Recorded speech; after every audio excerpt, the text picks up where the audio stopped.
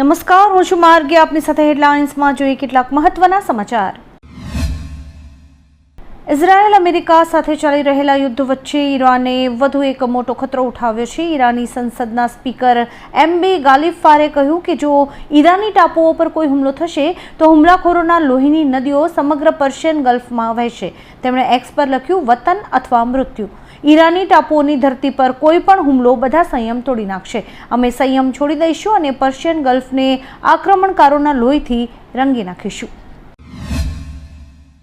વડોદરામાં ધોમધખતા તાપમાં gas cylinder માટે લાંબી કતારો લાગી રહી છે. ગરમીને કારણે ગેસની માંગ વધતા ડિસ્ટ્રીબ્યુટર પાસે પૂરતો સ્ટોક ન હોવાની ફરિયાદ ઉઠી છે.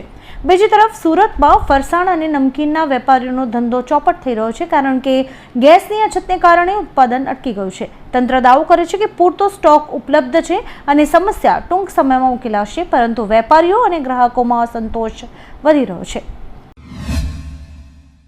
લેબનોનમાં ઇઝરાયેલી હુમલામાં 15 સ્વાસ્થ્ય કર્મીઓના મોત થયા છે, જ્યારે કે અન્ય 45 લોકો ઘાયલ થયા છે. લેબનોનના માહિતી મંત્રાલયના જણાવ્યા અનુસાર મૃતકોમાં એમ્બ્યુલન્સ ક્રૂ પણ શામેલ છે. તાજેતરના તીવ્ર હુમલાઓમાં અનેક મેડિકલ સ્ટાફ અને એમ્બ્યુલન્સ કર્મચારીઓ નિશાના પર આવ્યા હતા. 2 માર્ચથી ચાલુ ઇઝરાયેલી હુમલાઓમાં અત્યાર સુધીમાં ઓછામાં ઓછા 634 લોકોના મોત થઈ ચૂક્યા છે. કાચા તેલના ભાવમાં વધારો, ડોલરમાં મજબૂતી અને વિદેશી રોકાણકારો દ્વારા વેચાણને કારણે ભારતીય રૂપિયો દબાણ હેઠળ આવ્યો છે. અમેરિકન ડોલર સામે રૂપિયો 92.36 પર ગગડી ગયો છે. એક દિવસ પહેલા રૂપિયો 92.1 પ્રતિ ડોલર પર બંધ થયો હતો. નિષ્ણાતો માને છે કે જો મધ્ય પૂર્વમાં તણાવ ચાલુ રહેશે અને તેલના ભાવ ઊંચા રહેશે તો આગામી દિવસોમાં રૂપિયા પર વધુ દબાણ આવી શકે છે.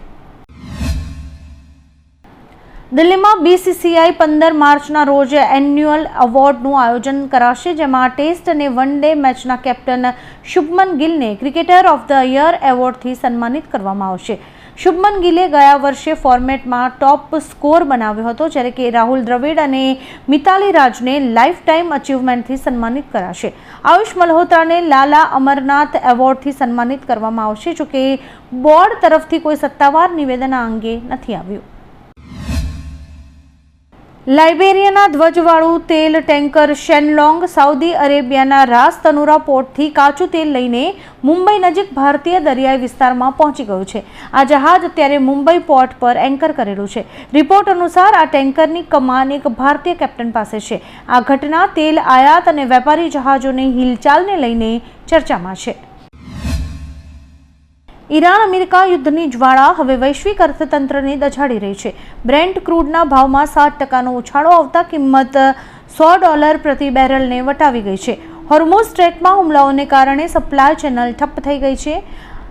IEA દ્વારા 40 કરોડ બેરલ તેલ મુક્ત કરવા છતાં બજાર શાંત નથી થયું. ઈરાને ધમકી આપી છે કે જંગ ચાલુ રહ્યો તો કિંમતો $200 સુધી પહોંચશે અને તે વિરોધી દેશોના ટેન્કર્સને નિશાન બનાવવાનું ચાલુ રાખશે. અમેરિકાના પેન્સિલ્વેનિયામાં ભારતીય મૂળના સવાણી ભાઈઓ ભાસ્કર અને અરુણ 270 કરોડ રૂપિયા મેડિકલ અને વિઝા કૌભાંડમાં દોષિત ઠર્યા છે. તેમણે H-1B વિઝા, મેડિકેડ ફ્રોડ અને ટેક્સ ચોરી જેવા ગંભીર ગુના આચર્યા હતા. જુલાઈ 2026માં તેમને સજા સંભળાવવામાં આવશે, જેમાં ભાસ્કરને 420 વર્ષ અને અરુણને 415 વર્ષની જેલ થઈ શકે છે. મિડલ ઇસ્ટમાં ચાલી રહેલા સંઘર્ષ વચ્ચે પાકિસ્તાને સાઉદી અરેબિયા પ્રત્યે પોતાની મજબૂત પ્રતિબદ્ધતાનો પુનરોચ્ચાર કર્યો છે. વડાપ્રધાન કાર્યાલયના એક વરિષ્ઠ અધિકારીએ નિવેદન આપ્યું કે પાકિસ્તાન સાઉદી અરેબિયાને મદદ કરવા માટે સંપૂર્ણપણે તૈયાર છે. આપણે જણાવી દઈએ કે અમેરિકા અને ઇઝરાયેલી હુમલાઓના જવાબમાં ઈરાને ખાડી દેશો પર તીવ્ર હુમલાઓ કર્યા છે, જેમાં સાઉદી અરેબિયા પણ પ્રભાવિત થઈ રહ્યું છે અને હવે પાકિસ્તાને સાઉદી અરેબિયાને પોતાનો ટેકો જાહેર કર્યો છે. વડોદરામાં ઉનાળાની શરૂઆત સાથે જ પાણીનો કકળાટ શરૂ થઈ ગયો છે. મહાનગરપાલિકા દ્વારા પૂરતા પ્રમાણમાં પાણી ન મળવાની અને મળતું પાણી પીવા લાયક ન હોવાની ફરિયાદો વધી છે. વાઘોડિયા રોડ પર આવેલા સાહિત્ય ગ્રીન ફ્લેટના 212 મકાનોના રહીશો છેલ્લા 3 વર્ષથી પીવાના પાણીની વિકટ સમસ્યાનો સામનો કરી રહ્યા છે. વારંવાર રજૂઆતો છતાં નિરાકરણ ન મળતા રહીશોએ આક્રોશ વ્યક્ત કર્યો છે. ભારત અને ઈરાનના વિદેશ મંત્રીઓ વચ્ચે છેલ્લા કેટલાક દિવસોમાં 3 વાર વાતચીત થઈ છે. આ માહિતી વિદેશ મંત્રાલયના પ્રવક્તા રણધીર જયસ્વાલે આપી હતી. તેમણે જણાવ્યું કે ભારતના વિદેશ મંત્રી ઈરાની વિદેશ મંત્રી સાથે સતત સંપર્કમાં છે. જયસ્વાલે કહ્યું કે યુદ્ધની અસર દરેક જગ્યાએ જોવા મળી રહી છે, જેના કારણે અનેક દેશોના લોકોનું જીવન પ્રભાવિત થયું છે. ઇઝરાયેલે ઈરાન પર ફરી હુમલા શરૂ કર્યા છે. ઇઝરાયેલી સેના IDFના તાજા અપડેટ મુજબ તેણે ઈરાનની સરકારી ઇમારતો, સૈન્ય માળખાગત સુવિધાઓ અને મહત્વના ઠેકાણાઓને નિશાન બનાવીને મોટા પાયે હુમલા કર્યા છે. આ હુમલામાં એર સ્ટ્રાઇક્સ અને મિસાઇલ્સનો ઉપયોગ કરવામાં આવ્યો છે. જોકે ઈરાન તરફથી હજુ સત્તાવાર પુષ્ટિ અથવા જવાબી કાર્યવાહીની માહિતી નથી મળી. ઉત્તર પ્રદેશના બારાબંકીમાં એક ચોંકાવનારો કિસ્સો સામે આવ્યો છે. જયપ્રકાશ સિંહ નામના શખ્સે એક જ માર્કશીટ અને દસ્તાવેજોના આધારે 2 અલગ અલગ જિલ્લામાં સરકારી નોકરી મેળવી હતી.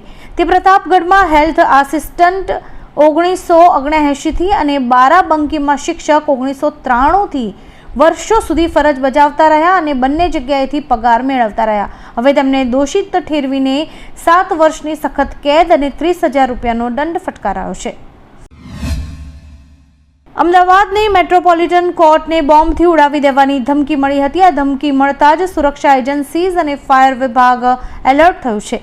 ધમકી બાદ તંત્ર દ્વારા તુરંત જ કાર્યવાહી હાથ ધરવામાં આવી હતી. બોમ્બ ડિસ્પોઝલ સ્ક્વોડ અને ડોગ સ્ક્વોડની મદદથી સમગ્ર વિસ્તારને સુરક્ષિત કરવા માટેની કવાયત હાથ ધરાઈ હતી. ગંભીર ધમકીને પગલે કર્મચારીઓમાં ભયનું વાતાવરણ જોવા મળ્યું હતું. સંયુક્ત રાષ્ટ્ર સુરક્ષા પરિષદે ઈરાન દ્વારા અખાતી દેશો અને જોર્ડન પર કરવામાં આવેલા હુમલાઓની સખત નિંદા કરતો પ્રસ્તાવ પસાર કર્યો છે. 15માંથી 13 સભ્ય દેશોએ પક્ષમાં મતદાન કરી ઈરાનને હુમલા તાત્કાલિક રોકવા આદેશ આપ્યો છે. ચીન અને રશિયા મતદાનથી દૂર રહ્યા હતા, પરંતુ તેમણે વીટો વાપર્યો ન હતો. ગલ્ફ કોઓપરેશન કાઉન્સિલ દ્વારા રજૂ કરાયેલા પ્રસ્તાવને 135 દેશોનું સમર્થન મળ્યું છે. જૂનાગઢમાં ગિરનાર પર આવેલા અંબાજી મંદિરમાંથી એક ચોંકાવનારી ઘટના સામે આવી છે. મંદિર પરિસરમાં દારૂ અને નોનવેજ પાર્ટી થતી હોવાના આક્ષેપ છે, જેનો એક વિડીયો સોશિયલ મીડિયા પર વાયરલ થયો છે. વિડીયો વાયરલ થતાં જ ભક્તોમાં ભારે રોષ જોવા મળી રહ્યો છે. બેદરકારી બદલ પૂજારી સહિત કુલ 11 લોકોને સસ્પેન્ડ કરાયા છે. ગાંધીનગર ગિફ્ટ સિટીના લક્ઝુરિયસ ફ્લેટમાં દરોડો પાડીને પોલીસે 26.11 લાખ રૂપિયાનો ગાંજો ઝડપી પાડ્યો છે. રાજકોટનો 25 વર્ષીય અંકિત કક્કડ એરબીએનબ મારફતે રોજના 3,000 રૂપિયા ભાડું ચૂકવીને અહીં નશીલા પદાર્થ વેચતો હતો. એસઓજી પોલીસે 2 આઈફોન અને વજન કાંટા સહિત કુલ 26.65 લાખનો મુદ્દામાલ જપ્ત કર્યો છે. આરોપીએ આ જથ્થો વડોદરાના અનિકેત રબારી પાસેથી મેળવ્યો હોવાનું ખુલતા પોલીસે હવે આ મામલે વધુ તપાસ હાથ ધરી છે.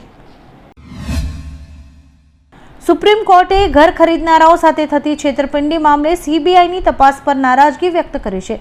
કોર્ટે સ્પષ્ટ કર્યું કે ફ્લેટનો કબજો આપ્યા વિના હપ્તા વસૂલવાનું બેંક બિલ્ડર ગઠબંધન ચલાવી લેવાશે નહીં. 1200થી વધુ પીડિતોની અરજી પર સુનાવણી કરતા બેન્ચે ચેતવણી આપી છે કે જો તપાસમાં વિલંબ થશે તો અલગ કમિટી બનાવાશે. તપાસને રાજ્યોમાં ટ્રાન્સફર કરવાની સીબીઆઈ માંગને ફગાવીને કોર્ટે ઠપકો આપ્યો હતો.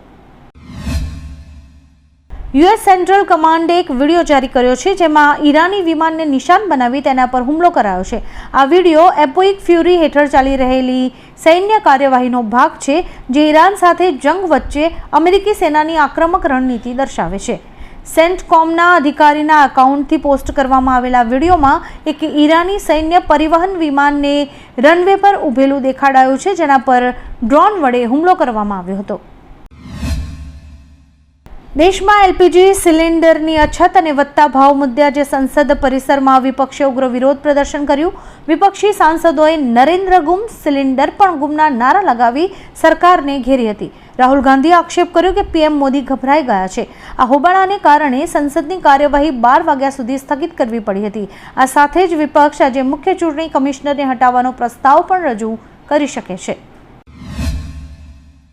પશ્ચિમ એશિયામાં યુદ્ધના તણાવ વચ્ચે ભારત માટે રાહતના સમાચાર છે. વિદેશ મંત્રી એસ જયશંકર અને ઈરાની સમકક્ષ અબ્બાસ અરાઘચી વચ્ચેની ટેલિફોનિક વાતચીત સફળ રહી છે. ઈરાને ભારતીય તેલ ટેન્કર્સને વ્યૂહાત્મક સ્ટ્રેટ ઓફ હોર્મુઝમાંથી સુરક્ષિત પસાર થવાની મંજૂરી આપી દીધી છે. આ નિર્ણયથી ભારતની ઉર્જા સુરક્ષા મજબૂત થશે અને તેલ સપ્લાયમાં આવતા અવરોધો દૂર થશે. ઇઝરાયેલી લશ્કરી પ્રવક્તા બ્રિગેડિયર જનરલ એફી ડેફરીને જાહેરાત કરી છે કે ઈરાન તરફથી મળતા ગંભીર ખતરાને રોકવા માટે લશ્કરી કાર્યવાહી શરૂ કરવામાં આવી છે. સંરક્ષણ નિષ્ણાતોના મતે આ ખતરો ઇઝરાયેલના અસ્તિત્વ માટે અત્યંત જોખમી હતો. ડેફરીને સ્પષ્ટ સંકેત આપ્યો છે કે જ્યાં સુધી સૈન્ય તેના તમામ ઉદ્દેશ્યોને પ્રાપ્ત નહીં કરે ત્યાં સુધી આ ઓપરેશન ચાલુ રહેશે. ઇઝરાયેલ પાસે આ ખતરાને ખતમ કરવા સિવાય બીજો કોઈ જ વિકલ્પ નથી. આવા જ કેટલાક રસપ્રદ સમાચારો નિહાળવા માટે અમારી યુટ્યુબ ચેનલને લાઇક, શેર અને સબસ્ક્રાઇબ કરો અને જોતા રહો હેડલાઇન્સ.